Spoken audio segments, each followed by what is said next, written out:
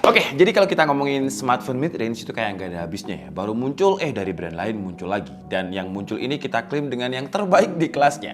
Contohnya kayak Infinix Note 12 ini, yang harganya itu 2 jutaan. Jadi apakah Infinix Note 12 ini bisa bersaing dengan smartphone mid-range di tahun 2022? Langsung aja kita bahas. Biasanya apa yang menjadi pertimbangan kalian ketika kalian memutuskan untuk beli smartphone mid-range? Kalau saya pribadi sih biasanya harga dulu ya. Dan kalau saya ngomongin harga dari Infinix Note 12 ini dia ada 2 SKU. Jadi ada yang 8128 yang harganya itu sekitar 2,5 juta rupiah dan ada yang 8256. Itu harganya sekitar 2,9 juta rupiah. Dan dari harga ini, terus setelah harga biasanya saya cek chipset, RAM dan juga internal storage-nya. Dan dia ini pakai, coba kita lihat ya untuk spesifikasinya ini, dia pakai MediaTek Helio G96, chipset yang kalau dibilang baru juga nggak baru, ini chipset yang lumayan lama. Dan banyak banget smartphone mid-range yang pakai MediaTek Helio G96. Terus untuk memorinya dia 8 GB yang ini ya, dengan internalnya 256. Nah, kalau kita cuma ngomongin harga, chipset, memori RAM, terus juga internal storage di brand lain yang sama-sama pakai MediaTek Helio G96 itu yang terbaru ada Redmi Note 11 Pro 4G itu yang 8128 harganya 3,7 juta rupiah. Terus untuk Realme ada Realme Narzo 50 itu harganya 2,5 juta untuk yang 464 dan 3 jutaan untuk yang 6128. Terus dari Infinix sendiri sebenarnya ada juga ya dari Note 11S dan juga Note 11 Pro. Terus juga ada Poco M4 Pro yang varian 6128 itu sekitar 2,6 juta rupiah. Kalau yang 8256 itu sekitar 3,3 juta rupiah. Nah, kalau kita lihat cuma dari chipset, terus memori RAM, terus internal storage, yang paling murah itu memang ada di Note 12 karena untuk yang varian 8256 itu harganya 2.999.000. Tapi HP itu kan nggak cuma chipset, RAM dan juga internal storage. Ada banyak aspek yang menjadi pertimbangan kita ketika kita akhirnya memilih untuk membeli smartphone tersebut. Contohnya kayak Infinix Note 12 ini kalau kita lihat dari spesifikasinya untuk baterai ya. Baterainya dia ya standarnya HP mid-range dengan 5000 mAh tapi untuk operating sistemnya udah pakai Android 12. Jadi yang paling baru udah. Terus untuk kamera depannya 16 megapiksel yang kalau dibilang upgrade Infinix Note 11 itu juga 16 megapiksel jadi nggak ada upgrade di kamera depannya. Terus untuk konfigurasi kamera belakangnya juga masih sama ya 50 megapiksel dengan 2 megapiksel juga sama dengan Infinix Note 11. Cuman kalau chipsetnya ini kan pakai MediaTek Helio G96 sementara Note 11 itu pakai Helio G88. Tapi Note 11S, 11 Pro itu juga sama dengan Note 12 ini pakai chipsetnya itu MediaTek Helio G96. Terus kalau dari segi dimensi turun sih ya. Jadi kalau Note 11 itu 7,9 mm, ini 7,89 mm ya, turun tapi dikit banget sih ya. Terus untuk displaynya ini juga sama-sama Full HD Plus dan kalau kita lihat di sini selling point yang belum kita bahas ada baterai. Baterainya 33 watt yang juga sama ya dengan Infinix Note 11. Jadi kalau kita lihat dari spesifikasi di atas kertas saja ya, ada upgrade-nya itu di chipset dengan G88 ke G96 dan juga konfigurasi memori RAM serta internal storage karena untuk Note 11 itu paling mentok di 6128. Nah, ini 8256 dan dengan XOS terbarunya ada memory fusion. Jadi kita bisa upgrade lagi atau kita fusion RAM-nya secara software menjadi 13 GB, 8 plus 5 GB. Dan kalau dari segi packaging menurut saya juga ada upgrade sih ya. Kalau dulu itu kayak terlalu banyak warna gitu, warna hijau yang banyak gradiasinya. Kalau ini simple aja putih dengan tulisan Note 12-nya tetap hijau seperti ini. Dan coba kita lihat kalau misalkan kita buka kita dapat apa aja nih. Waduh, masih ada segelnya lagi. Set. Nah, dan di dalamnya ada HP-nya sendiri tentunya. Ini kita taruh sini dulu dan coba kita lihat dan kita juga dapat kartu smartphone yang tadi di boxnya itu ada tulisannya kuotanya itu 17 GB per bulan. Jadi kalau misalkan kalian memang belum punya kartu bisa pakai kartu ini untuk bisa langsung dipakai. Dan di dalamnya seperti biasa SIM ejectornya entah kenapa ya Infinix kayak menjadi ciri khas gitu. Harusnya dicepitin kayak HP-HP lain biar kerasanya lebih premium gitu. Ini kayak ya jadinya kayak beli obat di apotek karena plastiknya kayak gini ya. Ini untuk SIM ejectornya. Terus juga ada welcome card yang ya seperti biasa dolar seperti ini. Kalau misalkan ini saya taruh di jalan apakah orang-orang bakalan ngambil dan mengira itu 100 dolar? Mungkin nanti di TikTok atau di Instagram kita coba ya. Terus kita juga dapat case yang case-nya juga masih dibungkus plastik seperti ini. Ya saran saya seharusnya dibikin lebih bagus lah ya biar feel experience unboxingnya itu lebih gimana gitu. Oh tapi ini untungnya udah ada kayak semacam sekatnya ya. Jadi sekat antara kabel dan juga adapternya ini udah ada, karena di Infinix Note 11 setahu saya nggak ada. Jadi kalau dari segi unboxing menurut saya sih diperbaiki dari peletakan SIM ejector, terus ininya juga dijadiin kayak kartu gitu, deh kayak box organize sendiri. Jadi feel unboxingnya itu kerasa mewah lah, nggak terlalu kerasa murah. Oke, dan ini adalah Infinix Note 12-nya. Desainnya berbeda dengan Note 11. Kalau Note 11 itu kamera modul yang gedenya ada di atas, terus kamera kecil-kecilnya di sini samping. Kalau ini udah kayak mirip-mirip dengan Realme GT2 Pro sih ya. Warna putihnya pun juga mirip-mirip. Coba ini saya lepas dulu biar desainnya lebih terlihat ya. Wah, nah kalau gini kan enak ya, bersih. Dan finishingnya saya suka sih ya. Putihnya ini putih-putih yang terlihat elegan gitu, terus masih blending dan pas banget dengan tulisan Infinix yang ada di sini. Dan kalau misalkan kita geser-geser seperti ini, kena lighting itu kayak ada warna kuningnya gitu. Jadi kayak putihnya ini putih-putih bunglon.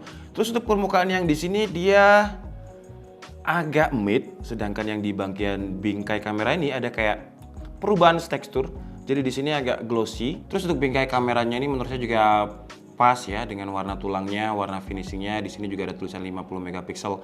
Yang kecil aja kayak ya pas aja lah. Terus di bagian kanan sini ada volume up and down. Tulangnya ini dia pakai aluminium kalau untuk tulangnya ini, belakangnya ini pakai plastik. Terus volume up and down di sini ada tombol power dan juga tombol fingerprint yang sekalian aja sambil kita nyalakan ya. Dan BTW untuk Infinix Note 12 ini speakernya udah stereo sih. Jadi di bawah sini satu, di sini ada USB-C, ada mic dan masih ada audio jack. Di sebelah kirinya ada SIM tray yang support dengan 2 SIM card dan juga extend memory. Terus untuk speaker satunya lagi tuh ada di atas sini, dan ini ada selfie kamera dengan 16 megapiksel. Oke, jadi Infinix Note 12-nya udah selesai kita instalasi untuk hands on, dan mungkin kita bahas dulu untuk frame depannya ya. Frame depannya ini menurut saya untuk kelas 3 jutaan ya, 3 juta ke bawah masih oke lah. Yang kelihatan agak tebel itu cuman di bagian bawah aja, bagian kanan kirinya udah lumayan tipis. Cuman selfie kameranya ini masih ciri khasnya HP-HP mid-range ya, dengan water drop seperti ini. Jadi kalau misalkan saya coba putih, ini nggak kelihatan ya. Kalau misalkan di dark mode sih nggak kelihatan ya. Kalau misalkan nggak pakai dark mode, nah kelihatan banget agak gimana gitu untuk selfie kameranya. Dan tadi ketika saya cek for update, dia udah nggak ada update. Jadi ini XOS-nya udah yang paling baru dengan versi 10.6 based on Android 12. Dan Infinix Note 12 ini tagline-nya adalah masternya multitasking. Jadi kalau misalkan kita mau multitasking, sebenarnya dengan RAM 8GB ini udah cukup sih ya. Cuman kalau misalkan menurut kalian kurang, kita bisa aktifkan lagi virtual memory RAM-nya ini dengan sampai ada 8 plus 5, jadi 13 GB. 8 plus 5. Tapi ini cuman sekedar by software aja ya. Dan di video reviewnya nanti akan kita coba apakah ada perbedaan ketika kita tes pakai software benchmark sintetis ketika kita pakai RAM 8GB bawaan dan kita software memory fusion menjadi 15GB. Dia akan restart kalau misalkan kita aktifkan memory fusionnya. Dan tadi sebenarnya udah kita coba benchmark sintetis ya untuk MediaTek Helio G96 di tuningnya Note 12 ini. Cuman ketika tadi pakai memory RAM yang 8GB, jadi belum kita tarik lagi dengan memory fusion. Dan hasilnya MediaTek Helio G96 ya mirip-mirip dengan G96 yang lain sih ya, dengan skornya itu hampir 350.000 di benchmark Antutu versi 9. Terus di Geekbench 5 single core-nya dia dapat 485 dan multicore-nya dapat 1748. Gimana untuk stability-nya? Karena Infinix ini terkenal dengan pawangnya MediaTek. Jadi MediaTek apapun kalau di Infinix itu selalu bisa stabil gitu. Tapi apakah di Note 12 ini juga sama? Coba kita lihat ya. Dan hasilnya nggak kayak Note 11 dimana dia biasanya stabil itu di atas 80% terus. Ini di 10 menit awal sih stabil, tapi di 20 menit terakhir bahkan di menit-menit sekitar 28 ini dia turunnya lumayan di bawah 80, terus dia naik lagi menjadi 80% ya. Tapi gimana untuk stability GPU-nya? Sekarang kita coba lihat untuk stability GPU-nya lewat software sintetisnya 3D Mark ya. Dan hasilnya ini sih stabil ya, 99,1% loh skornya ya. Terus kalau misalkan di wildlife stress testnya juga, ini sih kelihatan skornya tinggi ya, 99,5%. Dan untuk skor sintetis GPU-nya yang lain kalian bisa langsung lihat di sini. Dan yang saya rasakan ketika hands on ini ya, untuk feel haptic feedbacknya memang nggak bisa dibilang dia feel-nya flagship. Cuman kalau kita bandingkan dengan haptic feedback smartphone lain yang di angka harga yang sama ya, ini kayak lebih lumayan enak gitu. Sebentar, saya coba silent dulu.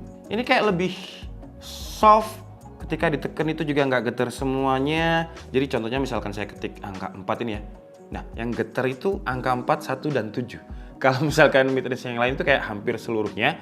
Ini cuman pas bagian yang kita tekan aja. Jadi untuk haptic feedbacknya, untuk first impression saya sih oke. Cuman biasanya Infinix tuh walaupun layarnya bagus, biasanya dia cuman support dengan 5 touch. Apakah di kelas 3 jutaannya Note 12 yang baru juga masih 5 touch? Kita coba ya. 1, 2, 3, 4, 5. Ya, jadi entah kenapa Infinix masih belum upgrade untuk support multitouch-nya. Emangnya butuh apa bang kalau misalkan cuma lipat touch?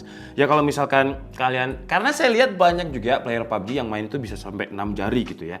Nah kalau misalkan 6 jari ditekan bersamaan, ini nggak bisa. Dia supportnya mentok itu di 5 touch aja. Terus untuk layarnya ini dia kan pakai AMOLED ya. Jadi kalau kalian lihat di kamera kayaknya bakalan ada flicker-flicker karena ya biasa AMOLED. Tapi untuk refresh rate-nya dia cuman ada di 60 Hz ya, belum ada 90 atau 120 Hz seperti smartphone mid-range lain. Dan kalau untuk kualitas layarnya, diklaimnya sih dia punya 100% DCI-P3 AMOLED juga. Jadi seharusnya kalau untuk layar oke-oke aja. Tapi sekarang kita coba untuk play konten di YouTube sambil kita coba upscaling, dia bisa mentok di berapa. Jadi kalau untuk YouTube dia bisa di upscalingnya itu mentok di 1440p. Dan kalau untuk kualitasnya sih karena dia pakai panel AMOLED 100 DCI-P3 dengan kontras rasionya itu 1 juta banding 1 ya. Jadi warnanya itu kayak lebih punchy, lebih nendang gitu. Kalau kalian lihat warna lautnya ini, wah ini ya kelihatan banget nih. Jadi kontras antara hijau tua, hijau mudanya juga dapet. Bagian yang gelap terlihat lebih gelap, terang terlihat lebih terang karena kontras rasionya lumayan gede. Jadi kalau untuk urusan layar sih di harga segini udah oke lah. Untuk speakernya lumayan kenceng ya. Jadi speakernya ini stereo. Kalau misalkan satunya saya tutup, untuk speaker atasnya masih lumayan suaranya, nggak terlalu kalah dengan speaker bawah. Kalau misalkan atas yang saya tutup, lebih dominan speaker bawah sih. Cuman nggak terlalu kayak HP lain yang biasanya speaker atasnya itu cuman ya asalkan diklaim stereo tapi speaker atasnya kecil banget. Ini nggak. Masih lumayan oke speaker atasnya.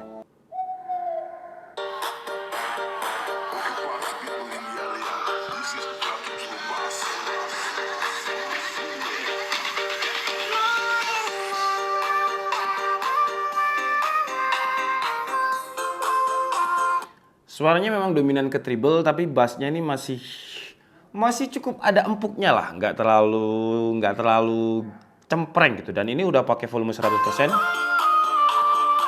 Dan suaranya nggak terkesan dipaksakan sampai speakernya pecah gitu, enggak.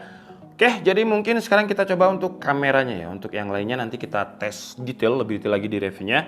Sekarang kita coba untuk kameranya dan untuk interface-nya ya Infinix banget sih ya, dengan defaultnya itu ada di AI cam seperti ini. Kita nggak dikasih pilihan untuk ultra wide ataupun wide karena memang nggak ada lensa wide-nya ya. Jadi defaultnya aja ini 50 megapiksel seperti ini dan 2 megapiksel depth-nya tadi. Kalau misalkan kita pakai portrait. Nah, cuman kalau saya lihat di websitenya ya untuk resolusi videonya itu dia bisa di sampai 2K. Nah, untuk kamera belakang ya, dia bisa 2K. Kalau untuk kamera depannya coba kita lihat. Kamera depannya ini juga bisa di 2K. Nah, gimana untuk kualitas videonya? Langsung aja kita coba di luar deh.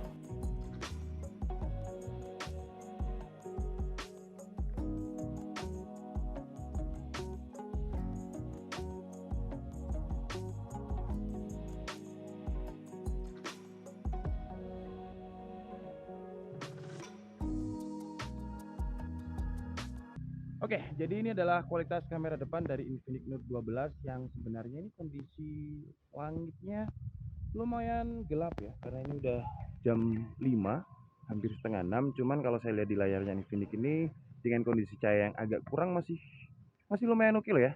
Ini kita ada di resolusi 2K dan kalau misalkan saya gunakan untuk jalan kira-kira seperti ini. Cuman kayaknya ada delay ya. Karena omongan saya sama apa yang saya lihat di situ kayak ada delay sedikit gitu. Tapi nanti kita coba ketika ada di PC. Kalau misalkan kondisi backlight kira-kira seperti ini. Muka saya masih terlihat. Terus dia juga ada kayak semacam eye trackingnya, jadi ada kotak-kotaknya di situ. Kalau untuk kualitasnya bagus sih ya. Cuman kalau untuk kestabilannya di selfie videonya ini ya masih agak ada shaky dan juga ada jitter di bagian belakang. Kalau untuk XDR ini flat banget langitnya, padahal sebenarnya nggak flat. Coba kalau misalkan cuma langitnya aja, nah kira-kira seperti ini. Cuman kalau untuk autofokusnya untuk kamera depan set, lumayan cepet. Dan ini kita pakai kamera belakangnya ya, yang 50 megapiksel, resolusinya juga 2K 30 fps. Kira-kira seperti ini. Nih saya jalan agak pelan-pelan, saya pegangi tangan dua. Kira-kira kualitasnya seperti ini. Untuk kestabilannya, kalau untuk autofokusnya coba kita lihat. Set, wih lumayan cepet juga. Nggak ada auto exposure yang biasanya ngeganggu di HP-HP kelas mid-range. Ini lumayan cepat ya. Hop, oke. Untuk XDR-nya lumayan bagus, jadi senjanya masih cukup kelihatan. PR-nya cuman di ya kestabilannya aja. Kalau untuk warnanya lebih pop up ketimbang warna aslinya. Merahnya seharusnya nggak semerah ini. Dan kalau untuk bisa gunakan panning, tilting, masih ada sih ya patah-patahnya.